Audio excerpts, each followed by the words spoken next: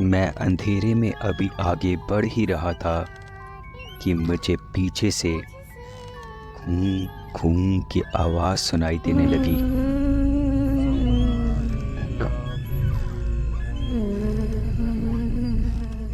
वो कौन थी और मुझसे क्यों टकराई, मैं आज तक समझ नहीं पाया। पर उस डरावनी रात की यादें आज भी मुझे सपनों में सताती हैं और उसी डरावनी आवाज़ में वो मुझे कहती है, आओ आओ मेरे पास, बचा लो मुझे। हाँ? नमस्कार, गुड इवनिंग दोस्तों, वेलकम टू विराज खिवानी। दोस्तों चलिए बढ़ते हैं आज की एक डरावनी कहानी की ओर। उस रात की वो याद आज भी मेरे दिमाग में मानो किसी डरावनी तस्वीर की तरह छपी हुई है, जिसे मैं कभी चाहकर भी भूल नहीं सकता। इस रात से पहले मैंने कभी भी भूत, प्रेत, आत्मा या फिर पैरानॉर्मल एक्टिविटीज़ के होने पर विश्वास नहीं किया था। पर उस रात के उस डरावने अनुभव के बाद मुझे यह बात कहने में कोई आपत्ति नहीं कि भूत, प्रेत, आत्मा या फिर पारलौकिक शक्तियाँ अपना अस्तित्व रखती हैं। नमस्कार दोस्तों, मेरा नाम विश्वास प्रजापति है। यह घटना मेरे साथ करीब 14 साल पहले 2012 में घटी थी। मैं पूरी घटना पूरे विस्तार से बताता हूँ। दोस्तों, मैं बिहार के पटना का रहने वाला हूँ। बचपन से ही घर की गरीबी की हालत देख मैंने मन ही मन यह निश्चय कर लिया था कि एक दिन मुझे पढ़ लिख कर एक कामयाब इंसान बनना है और अपने घर की आर्थिक स्थिति सुधारनी है। अपने इस लक्ष्य की प्राप्ति के लिए मैंने जी तोड़ मेहनत की। बचपन से ही मेरा सपना एक डॉक्टर बनने का था और एक अच्छे मेडिकल कॉलेज में एडमिशन लेने के लिए नीट यानी कि national eligibility cum entrance test clear करना था और उसकी तैयारी करने के लिए जैसे तैसे इंतज़ाम कर मेरे घर वालों ने मुझे पढ़ने के लिए कोटा भेजने का प्रबंध किया। दोस्तों, जैसा कि आप सभी लोग जानते हैं कि राजस्थान का कोटा शहर इसके लिए देश भर में प्रसिद्ध है। यहाँ पर बहुत सारे कोचिंग सेंटर हैं जहाँ देश भर से पढ़ने के लिए बहुत सारे विद्यार्थी आते हैं। लेकिन इन सब के विपरीत कोटा का एक डरावना पहलू भी है। बहुत से बच्चे पढ़ाई की स्ट्रेस और डिप्रेशन में आकर जब उनके अच्छे मार्क्स नहीं आते तो वह ज़िंदगी की जंग हार जाते हैं और अक्सर ही बहुत सारे स्टूडेंट इस डिप्रेशन की वजह से आत्महत्या भी कर लेते हैं। यह बहुत ही दुखद किंतु कड़वा सत्य है। तो दोस्तों, कोटा में एडमिशन के बाद मैंने 2 लड़कों के साथ मिलकर एक रूम रेंट पर ले लिया, जहां से मेरा कोचिंग सेंटर काफ़ी पास ही था। दोस्तों, एक दिन मेरे रूममेट हेमंत का बर्थडे था। उस दिन हमने रूम पर ही मिलकर एक छोटी सी पार्टी रखी थी। खाना पीना सब होने के बाद मेरे दोनों रूममेट सोने के लिए बिस्तर पर चले गए। पर मुझे उस दिन जैसे पेट में थोड़ा गड़बड़ महसूस हो रही थी, जिस वजह से मुझे नींद नहीं आ रही थी। तो मैंने देर रात 11 बजे के पास ही एक मेडिकल स्टोर पर जाने का सोचा कि जाकर अभी दवा ले लेता हूँ वरना सारी रात परेशानी में ही बीत जाएगी। तो देर रात उस पास वाले मेडिकल स्टोर पर जाने के लिए मैं चुपचाप रूम से निकल गया। बाहर बस गहरी काली रात थी और रह रह कर दूर से कुत्तों के भौंकने की बस हल्की हल्की आवाज़ आ रही थी। गली में काफ़ी अंधेरा था। वैसे गली में स्ट्रीट लाइट तो लगी हुई थी, पर वह अक्सर ही कभी चलती तो कभी बंद रहती थी। मोबाइल की टॉर्च की रोशनी के सहारे मैं करीब 10-12 मिनट में ही मेडिकल शॉप पर पहुंच गया था और दवा लेकर वापस रूम पर आने लगा। मेरा रूम गली के एकदम आखिर वाले मकान में था। हमारी गली में अक्सर ही काफ़ी अंधेरा रहता था। कभी कभी इक्का दुक्का मकान के बाहर लगी लाइट जलती हुई मिल जाती थी। मैं अभी अपनी गली के मोड़ पर ही पहुंचा था कि मुझे ऐसा लगा कि जैसे कोई मेरे पीछे पीछे आ रहा हो। यह एहसास डराने के लिए काफ़ी होता है। एक तो आप अकेले, ऊपर से रात का वक्त, सुनसान जगह, कोई भी डर सकता है। मैंने जैसे ही पीछे पलटकर देखा तो वहाँ कोई नहीं था। इसे मैं अपने मन का वहम समझकर अभी आगे बढ़ा ही था कि तभी मुझे पीछे से एक लड़की की मधुर सी आवाज़ आई, भैया सुनिए। मैंने पीछे मुड़कर देखा तो थोड़ी दूर से स्ट्रीट लाइट की आती हल्की रोशनी में एक ब्लू जीन्स और सफ़ेद टॉप पहने करीब 16-17 साल की एक लड़की खड़ी थी। वह तेज कदमों से चलते हुए मेरे बाजू में आकर खड़ी हो गई और मुझे बोली, भैया क्या मैं कुछ दूर तक आपके साथ चल सकती हूँ प्लीज़?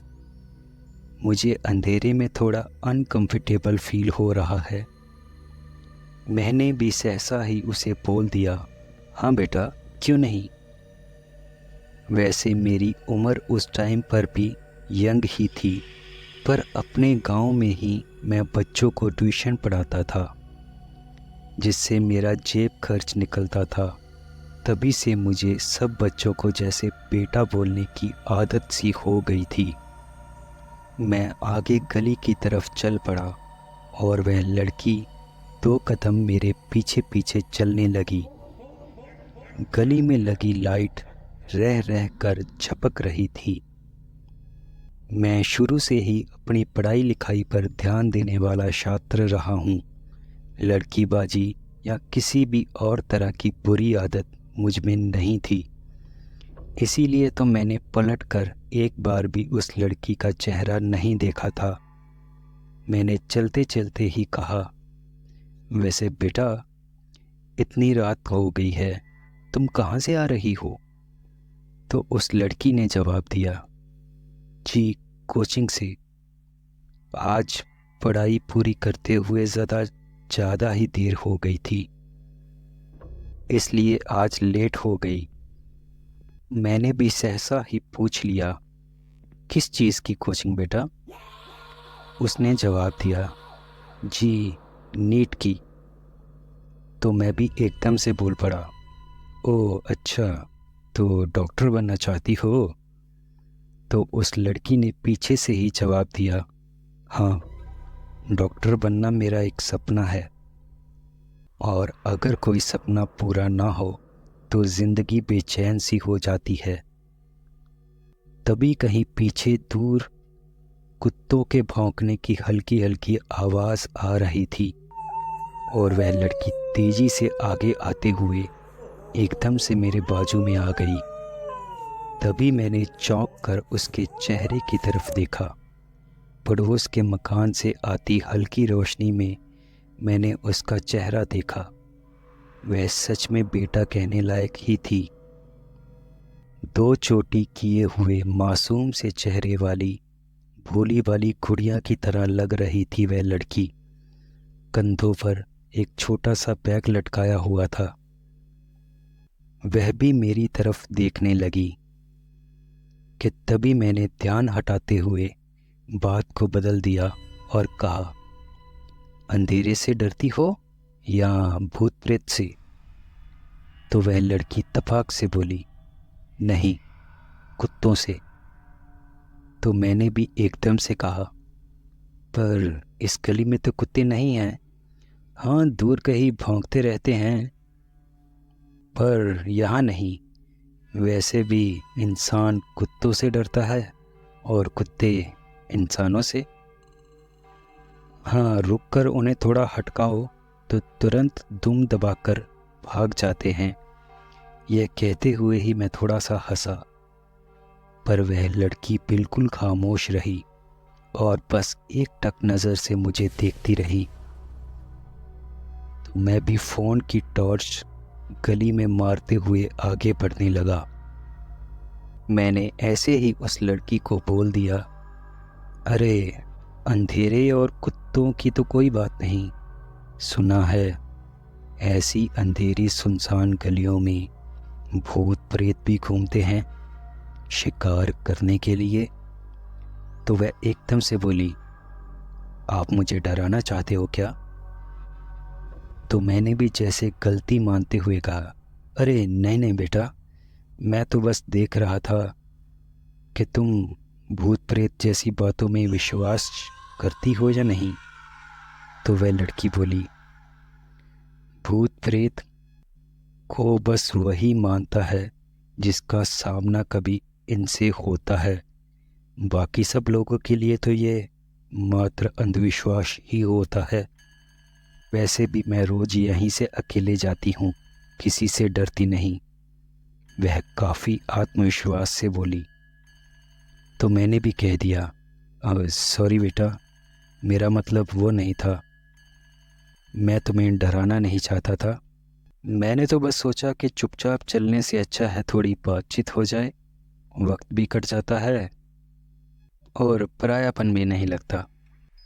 तो उस लड़की ने भी बस कहते हुए अपनी गर्दन हिला दी और फिर मैं टॉर्च की रोशनी से रास्ता देखते हुए आगे बढ़ने लगा कि तभी मुझे पीछे से जैसे किसी के गुर्राने की आवाज़ आई। तो मैंने कहा, तुम्हारा घर कौन सा है बेटा? पर इस बार उसका कोई जवाब नहीं आया।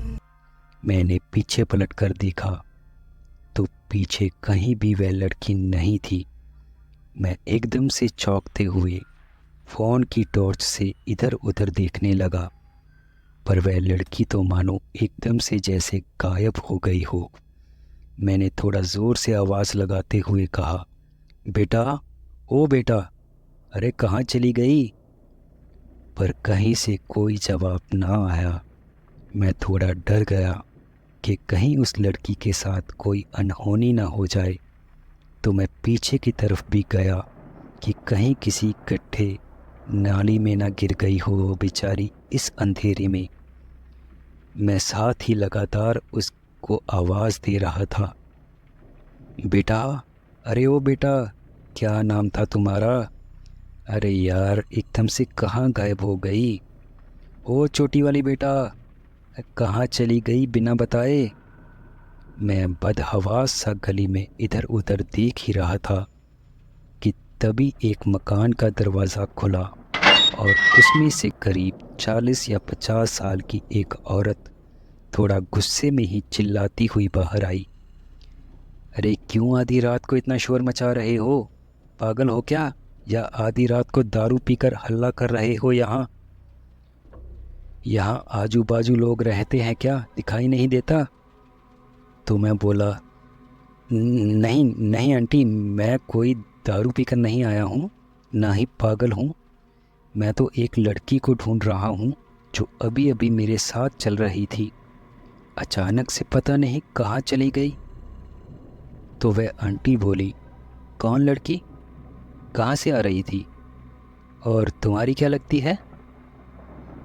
एक के ऊपर एक सवाल सुनकर मैं थोड़ा हकलाते हुए ही बोला, अरे आंटी, वो किसी नीट की कोचिंग क्लास से आ रही थी। मैं अभी थोड़ी देर पहले ही उससे मिला था। वो बस मुझे कह रही थी कि उसे अंधेरे से थोड़ा डर लगता है और मैं बस थोड़ा आगे तक छोड़ दूँ। तो वो आंटी फिर से बोली, अरे इतनी रात को कोई क्लास नहीं लगती। 2 साल पहले ही यह नियम सरकार ने बनाया था, तुम्हें नहीं पता क्या? सच सच बोलो, नशा वशा किए हो क्या कोई? अरे अरे नहीं आंटी, मैं थोड़ा हकलाते हुए ही बोला। तो वह फिर से बोली, चुपचाप अपने घर चले जाओ। फिर से यहाँ हल्ला किया तो पुलिस को कॉल कर दूंगी। मैं एक तो इस शहर में अजनबी था और ऊपर से मैं बिना मतलब के किसी पुलिस केस में नहीं फंसना चाहता था, तो मैंने वहाँ से चुपचाप घर जाना ही ठीक समझा। और वह आंटी भी दरवाज़ा बंद करके अंदर चली गई। मैं निराश सा बस अपने कमरे की तरफ बढ़ ही रहा था और अभी कुछ कदम ही मैं चला था कि तभी एक लड़की की तेज चीख के साथ धम करके जैसे कुछ गिरने की आवाज़ आई। मैं एकदम से चौंक कर उस आवाज़ की तरफ ही भागा कि तभी सामने का मंजर देखकर मेरे पैरों तले मानो ज़मीन ही खिसक गई। मैं पसीने से बुरी तरह लथपथ हो गया था। गली की लाइट अब एकदम से स्थिर हो गई थी। उस रोशनी में मैंने देखा कि गली में खून से लथपथ गिरी एक लड़की पड़ी हुई है। मैंने घबराते हुए ही उसे उठाने के लिए हाथ बढ़ाया और पलटा। वह देख मेरे हाथ पैर मानो वही सुन्न पड़ गए। यह तो वही लड़की थी जो कुछ देर पहले मेरे साथ चल रही थी। उसके नाक, मुंह, सर सबसे बस लगातार खून बह रहा था। मैं घुटनों के बल गिर पड़ा और निश्शब्द होकर बस उसे देख रहा था। मैंने उसका खून से लथपथ सर अपनी गोद में रखकर अब मदद के लिए चिल्लाने लगा, बचाओ बचाओ, अरे कोई है क्या, हेल्प हेल्प। मैं लगातार बदहवास बस चिल्लाए जा रहा था कि तभी मैंने महसूस किया कि उस लड़की का शरीर एकदम से ठंडा पड़ चुका था, मानो जैसे फ्रिज में से निकाल कर अभी अभी बाहर रखा हो। कि तभी फिर से गली की वो स्ट्रीट लाइट एकदम से जलने बुझने लगी और मैंने देखा कि वह लड़की अब आंखें खोलकर मुझे देखकर एक डरावनी सी हंसी हंस रही है। उसका चेहरा एकदम से सफ़ेद पड़ गया था। चेहरे की त्वचा मानो जैसे सफ़ेद चूने में दरारें पड़ी हो, होठ भी कटी फटी और आँखों की पुतलियाँ एकदम से सफ़ेद हो गई थी। वह भयानक नज़ारा देख मैं बुरी तरह से डर गया। लगा कि यह क्या भला है, यह कोई इंसान तो नहीं हो सकती। मैं डरकर ही चिल्लाते हुए गली में पीछे की तरफ भागने लगा कि तभी अंधेरे में किसी चीज़ से टकराकर मैं गिर गया और वहीं बेहोश हो गया। उसके बाद वहाँ क्या हुआ मुझे कुछ पता नहीं। जब मुझे होश आया तो मैं उसी आंटी के घर पर था जो थोड़ी देर पहले मुझे डांट रही थी। वहाँ एक आदमी और था जो शायद उस आंटी के पति थे। इसके अलावा मेरी ही उम्र का एक लड़का और एक लड़की भी खड़े थे। मुझे होश में आता देखकर वो अंकल बोले, कहाँ रहते हो तुम? तो मैंने धीरे से कहा, वो आखिर वाले शर्मा जी के मकान में। तभी वे अंकल थोड़ा गंभीर होते हुए बोले, इतनी रात को कहाँ घूम रहे थे? तो मैंने कहा, मैं घर जा रहा था, पर मैं यहाँ कैसे आया? और वो लड़की कौन थी? तभी उस अंकल का बेटा बोला, अरे यार, जब तुम मदद के लिए हेल्प हेल्प चिल्ला रहे थे तो तुम्हारा शोर सुनकर हम बाहर गए। तब हमने देखा कि तुम चिल्लाते हुए हमारी तरफ भाग रहे हो और अंधेरे में हमारे से टकरा कर तुम वहीं गिर गए और बेहोश हो गए। तो मैं और पापा तुम्हें उठाकर यहाँ ले आए। मैंने होश संभालते हुए पूछा, वो लड़की कैसी है? कौन है वो? तो वहाँ खड़ी लड़की ने जवाब दिया, है नहीं, थी। 2 साल पहले वो हमारे ही साथ नीट की कोचिंग क्लास जाती थी, पर पता नहीं एक दिन क्यों उसने हॉस्टल की छत से कूदकर आत्महत्या कर ली। तभी वह अंकल फिर से बोले, हाँ बेटा, वह लड़की नहीं, उसकी आत्मा है। 2 साल हो गए उसकी मौत को, पर अभी भी वह कई बार रात को बैग लिए कुछ लोगों को अंधेरी गलियों में दिख जाती है। यह सुन मैं पूरी तरह से चौंक चुका था। जिसके साथ मैं इतनी देर से बातचीत कर रहा था वह कोई लड़की नहीं बल्कि उसका भूत था। मैं खुद पर थोड़ा काबू रखते हुए फिर से बोला, पर उसने ऐसा क्यों किया? तो वह आंटी इस बार थोड़ा खिंचते हुए बोली, अरे हमें क्या मालूम कि क्यों उसने आत्महत्या की। तभी वह आंटी अपने पति और बेटे से बोली, जी सुनिए, आप ज़रा इसे आगे तक कराइए और जल्दी वापस आ जाइएगा। सुबह बच्चे को क्लास के लिए भी जाना होता है। तभी थोड़ी देर में उस आंटी का बेटा मुझे मेरे रूम तक छोड़कर चला गया। मैं पूरी रात डर के मारे सो नहीं पाया और बस उस लड़की के बारे में ही सोचता रहा कि क्या सच में उस लड़की को मरे हुए 2 साल हो गए हैं और वह लड़की नहीं बल्कि उसका भूत था। क्योंकि जब मैं अपने घर के तरफ आ रहा था तो गली में मुझे कोई भी लड़की या उसकी लाश या फिर खून का एक कतरा भी नज़र नहीं आया। यही सोचता रहा कि आज तक जिन बातों पर मुझे विश्वास नहीं था, अब ना चाहते हुए भी मुझे उन पर विश्वास होने लगा था। मैंने सुना था कि जो लोग भी भगवान की दी हुई ज़िंदगी को खुद से ख़त्म करते हैं यानी कि आत्महत्या कर लेते हैं, उन्हें तब तक मुक्ति नहीं मिलती जब तक भगवान द्वारा दी गई ज़िंदगी उनकी पूरी ना हो जाए। या फिर जिन लोगों की अकाल मृत्यु हो जाती है, अक्सर ही उनकी आत्माएं भटकती रहती हैं अपनी अतृप्त इच्छाओं की पूर्ति के लिए। अगले ही दिन मैंने अपने घर पर फ़ोन करके अपने माता पिता को सारी बात बता दी और फिर मैंने 2 ही दिन में वो मकान भी छोड़ दिया और एक नई जगह शिफ्ट हो गया। इस घटना ने मुझे यह सबक सिखा दिया था कि सच में पारलौकिक शक्तियाँ अपना अस्तित्व रखती हैं और इस अनमोल जीवन को कभी भी खुद से ख़त्म नहीं करना चाहिए। ये भगवान की दी हुई अमूल्य दात है। तो दोस्तों, ये थी आज की एक कहानी। आई होप आपको स्टोरी पसंद आई होगी। दोस्तों, अगर आप कहानी में यहाँ तक बने हुए हैं तो प्लीज़ आप लोगों से एक ही रिक्वेस्ट है, दोस्तों इस वीडियो को लाइक और चैनल को सब्सक्राइब ज़रूर कीजिए।